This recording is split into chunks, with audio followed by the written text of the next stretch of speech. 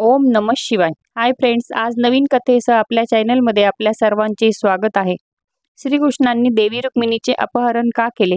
रुक्मिणीचा विवाह तर श्रेष्ठ राजपुत्र शिशुपाळ यांच्याशी होणार होता. मग श्रीकृष्णांनी रुक्मिणीचे अपहरण का केले असावे? रुक्मिणी कोणाची कन्या होती याविषयी सविस्तर माहिती मी तुम्हाला सांगणार आहे. तरी पण व्हिडिओ आपण शेवटपर्यंत बघा. आवडला तर लाईक करा आणि कमेंट नक्की करा. रुक्मिणी ही विदर्भ राज भीष्मक यांची कन्या होती. ज्याप्रमाणे श्रीकृष्ण हेच भगवान वासुदेव आहेत, त्याप्रमाणे महाराणी रुक्मिणी ही सौभाग्याची देवी महालक्ष्मी आहे. विदर्भ देशाचे सम्राट भीष्मक हे एक भगवत भक्त राजा होते. त्यांना 5 पुत्र व 1 पुत्री अशी 6 मुले होती.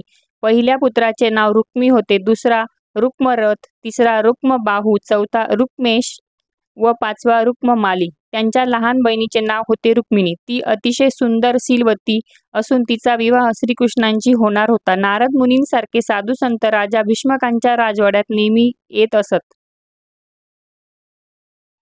साहजिकच त्यांच्याशी वार्तालाप करण्याची संधी तिला मिळत असे. त्यातूनच तिला श्रीकृष्णांविषयी ऐकायला मिळाले.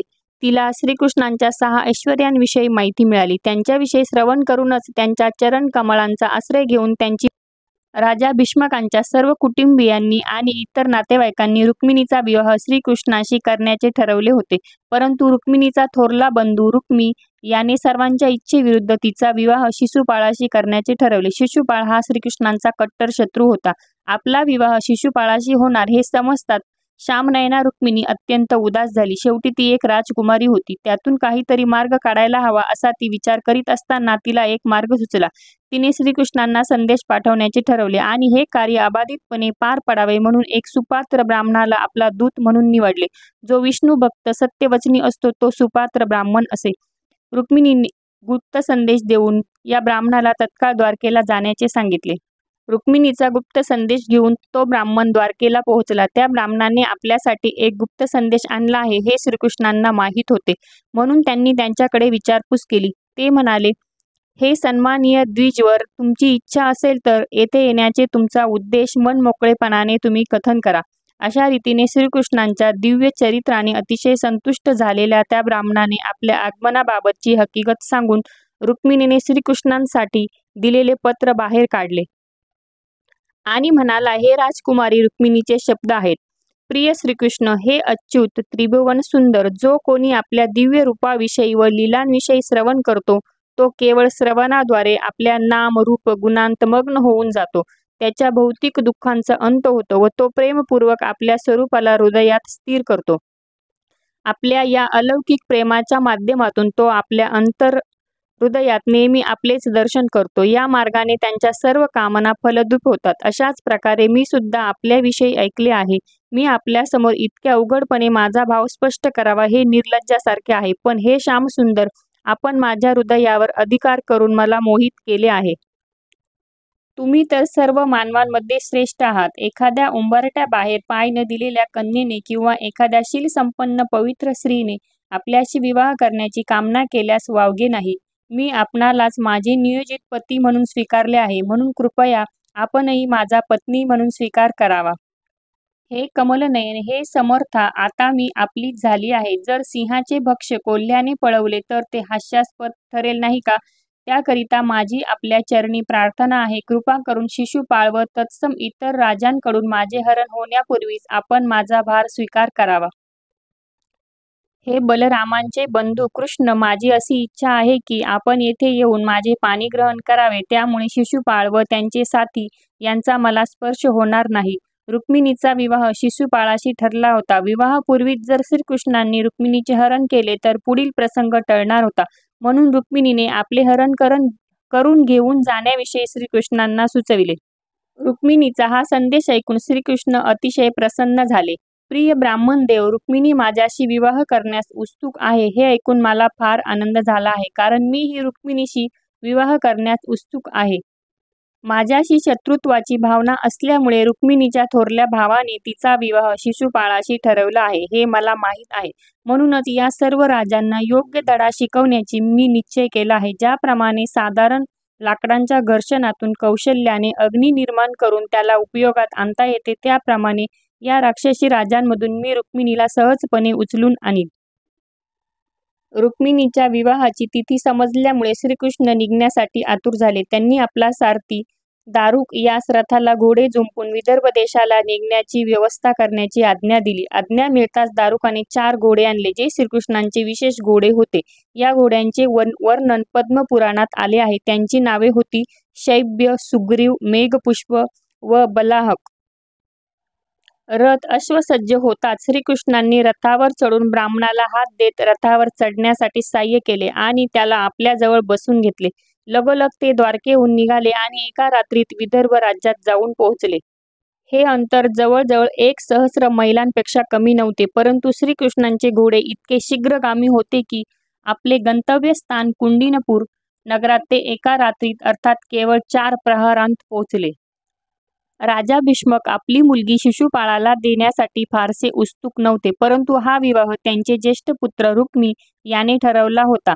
आपल्या ज्येष्ठ पुत्रावर त्यांचे फार प्रेम होते, त्यामुळे या विवाहाला त्यांना संमती द्यावी लागली होती. इकडे कुंडिनापूरची सजावट चालली होती.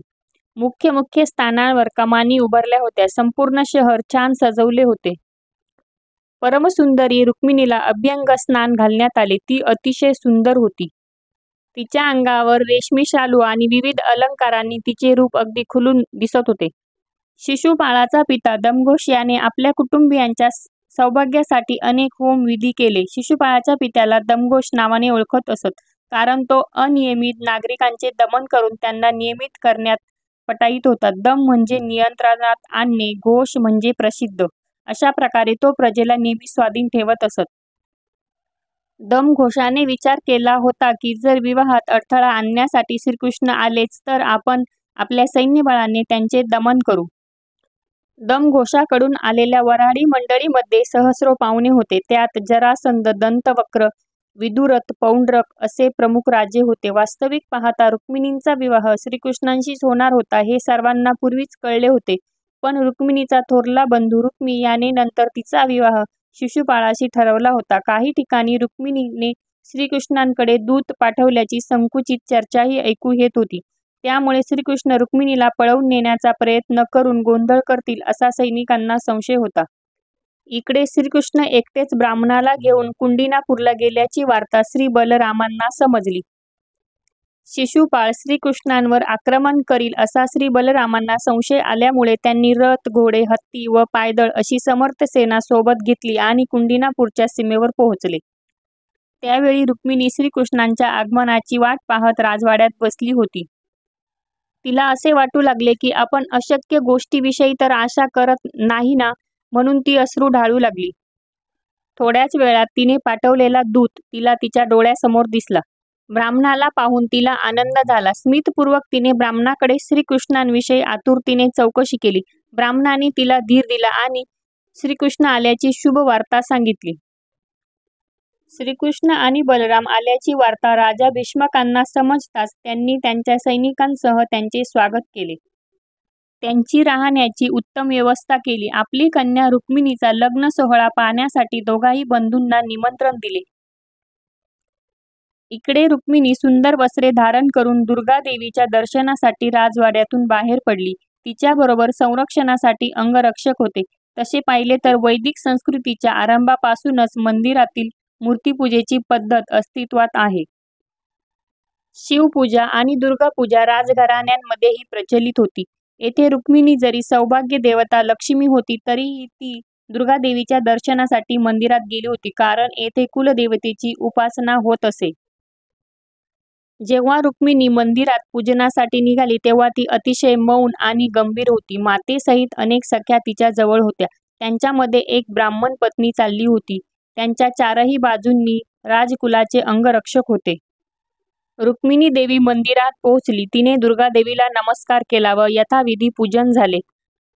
पूजा झाल्यानंतर आपल्या सख्यांसोबत रुक्मिणी देवी मंदिराबाहेर आली. विवाहासाठी कुंडिनापूरला आलेले पाहुणे, राजे व राजकुमार रुक्मिणीला पाहण्यासाठी मंदिराबाहेर जमले होते. पूर्वीपासूनच प्रत्येकाची रुक्मिणीला प्राप्त करण्याची इच्छा होती, म्हणून तिला पाहण्यासाठी राजकुमार विशेष उत्सुक होते. पैंजणांच्या सुरात, हंसिनीच्या चालीवर संथ गतीने रुक्मिणी घराकडे निघाली. कोणत्याही क्षणी आता श्रीकृष्ण आपले हरण करतील या विचारात ती पावले टाकत होती.